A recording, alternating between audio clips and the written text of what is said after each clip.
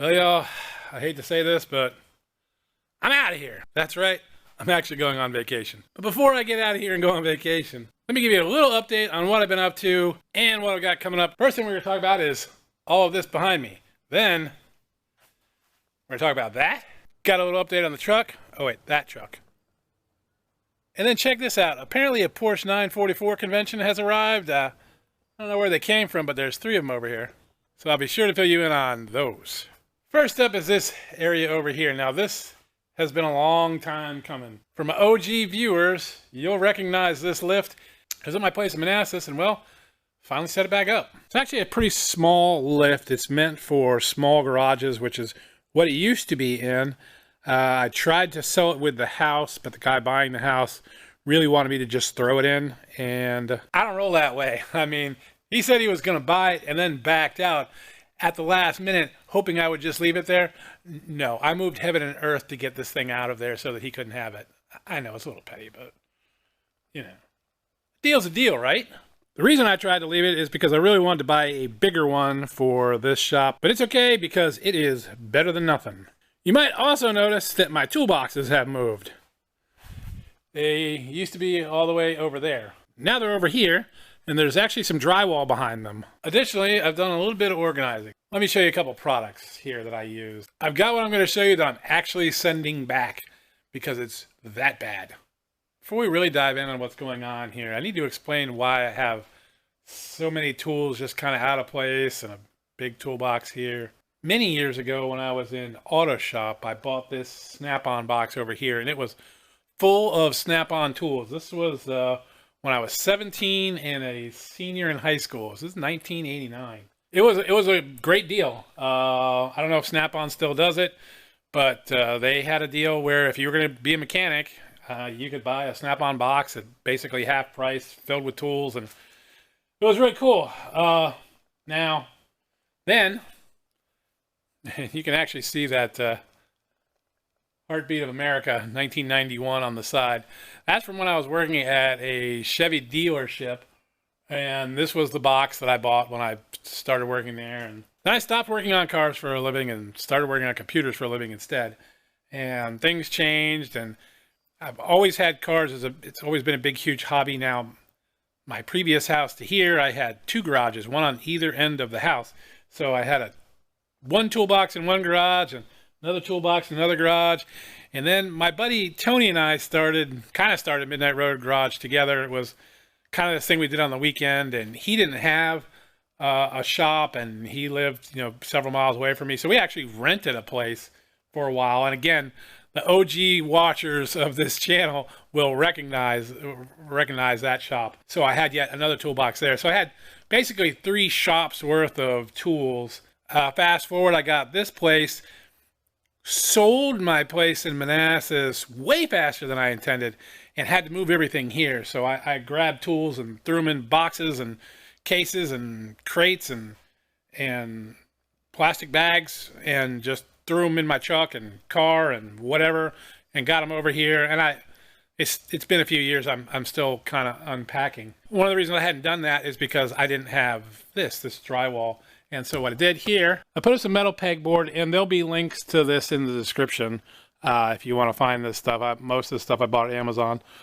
So I put these metal pegboards up for all of my open-end wrenches. Now, I'm very sad about this. Over the years,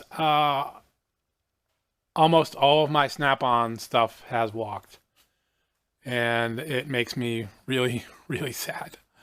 Because, here's a Snap-on wrench, and yeah, this should be a whole wall of Snap-on tools, but they've literally walked over the years. Don't let your friends borrow your Snap-on tools, because they don't return your tools, and then they're not your friends anymore. So, yeah.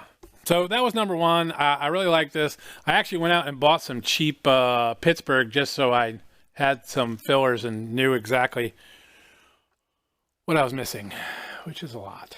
I do still have some boxes and paper bags and plastic bags filled with tools kicking around, so there's a chance I'll find some more of them. Another thing I got were these Work Pro socket trays. These are really cool. Now, you can actually, these have a magnetic base. You can magnet these to the bottom of your toolbox or to the side of your toolbox and on the side, and because they're, see, they stick in there pretty well. I actually wanted them at an angle, and I didn't have any metal here, so I just put some 2x4s here, cut them, drilled these down. And it works for me because this is what I wanted. I really wanted this type of holder where the socket goes down inside. That was what I was looking for there. You know, I'm sure some of you may have the ones that have the clip that the socket clips into. I don't. I just don't like those. I prefer these because every socket has a specific place that it goes, and it's nice and neatly on here. I'm clearly not a neat and organized person, so I need all the help I can get. Then I just made this. This was really easy to make. If you want something that you can put all of your pliers on, your needle nose, I used, I had wanted to just use this ruler that I had sticking around, but it was kind of flimsy, so I did put a piece of aluminum behind it as well. But all it is just a ruler sized piece of metal, and then 2x4, 2x4, and you just like that. Real simple. Another thing I really wanted was some organization for my Milwaukee tools. I don't have all of them down here. I'm missing an impact gun. I'm not sure where it went. But this is nice. It does have a power strip all the way up there, which is plugged in down here.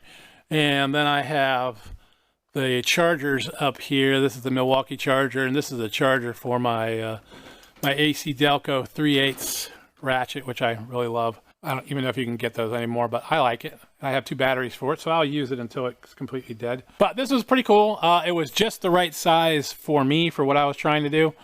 I didn't want it to be too big, but I also didn't want it to be too small. So it's kind of neat, compact, fits what I need to have on it. I'm not trying to have all of my tools out, but the ones that I use, fairly often. Then I added these Olsa Tools screwdriver rails to the side of the box. This is magnetic, so it's not screwed directly to the side of my toolbox or anything. This is all Phillips.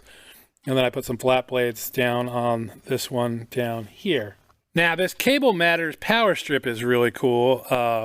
I mounted it on, so I mentioned that all this was drywall, but I did actually put a piece of plywood here.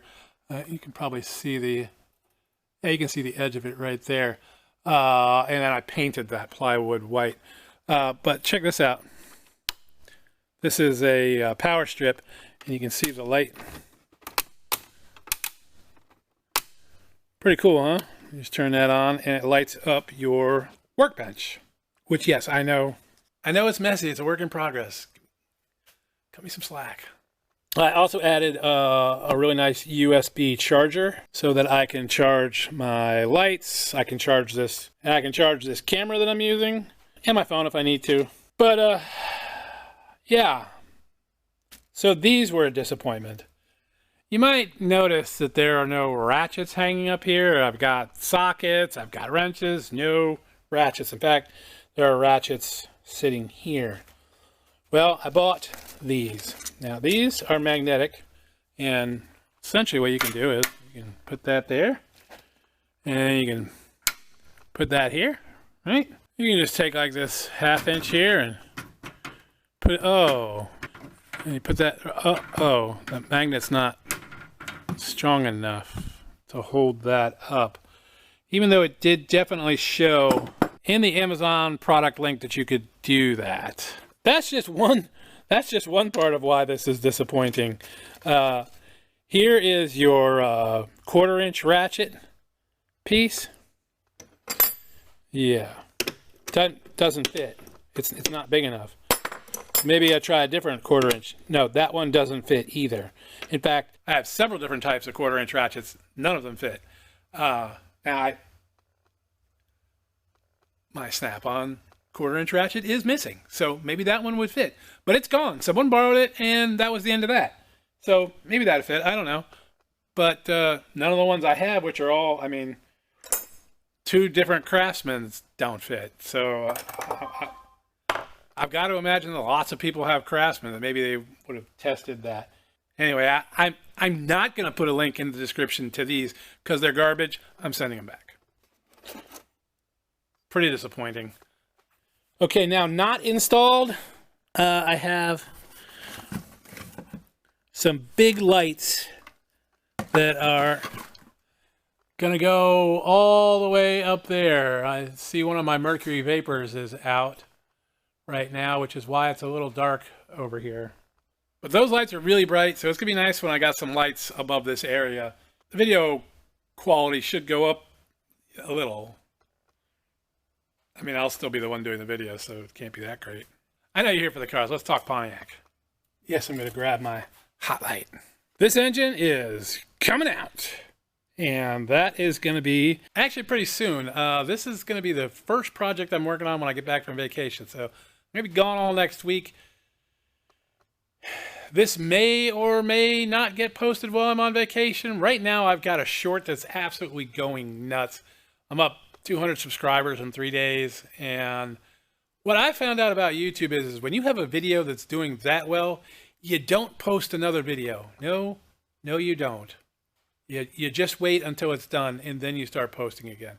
So you may or may not see this video until after I'm back. But this engine, coming out. This engine right here is the one that's going in. Now I know this engine doesn't really look better than the one that's in there, but this one's not locked up and that one is. In that engine swap video, I will also be prepping that engine and it's going to get a new... I had to put a new timing chain cover on it because the one that's on it is trashed. So we put a new timing chain, new oil pump, a couple things. Aluminum intake manifold, that sort of thing. Let's check out the truck. Oh, the lighting is perfect right now. To show you my beast of a 2500 HD Chevy. You may remember a month ago or so, I replaced the lights up on the top. And the company I got those from has sent me some lights to replace these. Now, the new ones that are going on here are really cool because they're smoked. So instead of being so obvious on the back of the mirror, you're really not going to see them until they come on, which is pretty neat. So we'll be doing a video on that, on replacing those lights. This truck is just kind of out here right now. Really no update on this other than I need to move it back inside now. It's kind of in the way, well, everything was going on in that corner over there, so I just moved it out. Anyway, so not one, not two, but three Porsche 944s. They are 83s and 84s, or 84s and 80s, I don't know, something like that. Here's a quick look at them in all of their raw glory. I got them all from a single location. Open one up. Got kind of a lot of stuff in them that's going to get cleaned out. So you'll see a video on that, on the scrubbing of the 944s. You might have noticed this tape here and wonder why this is here. Well, this was the last one we brought home, and when you see the video on these, you are going to laugh. This one over here lost its sunroof on the way home, and we had no idea where it went.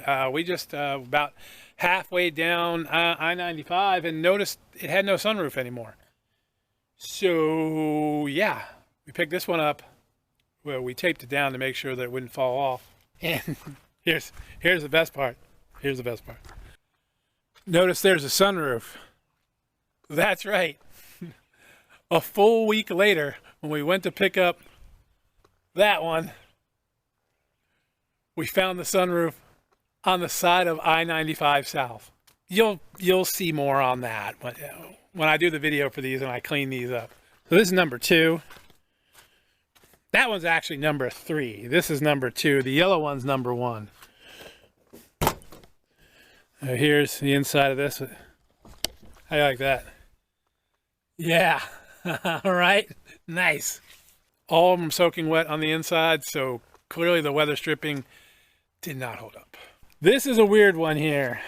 It has cans of pineapple slices in the back of it that are all getting ready to explode.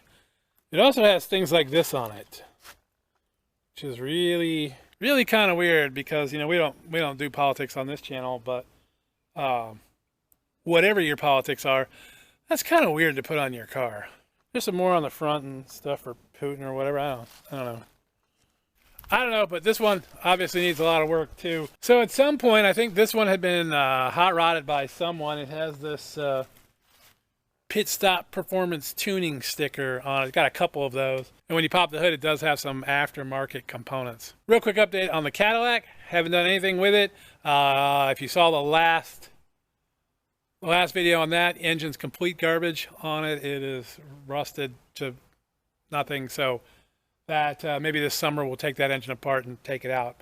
But for now, we got Porsches to play with and a Pontiac to get running. So hope you hit that like button. Hope you've already hit the subscribe button. If you have something good for holding those ratchets up vertically, please let me know in the comments, because I'm going to have to get back to the drawing board on that. So if you can save me some time and put something in the comments, I would love to hear from you. Have a good one. I'll see you down the road.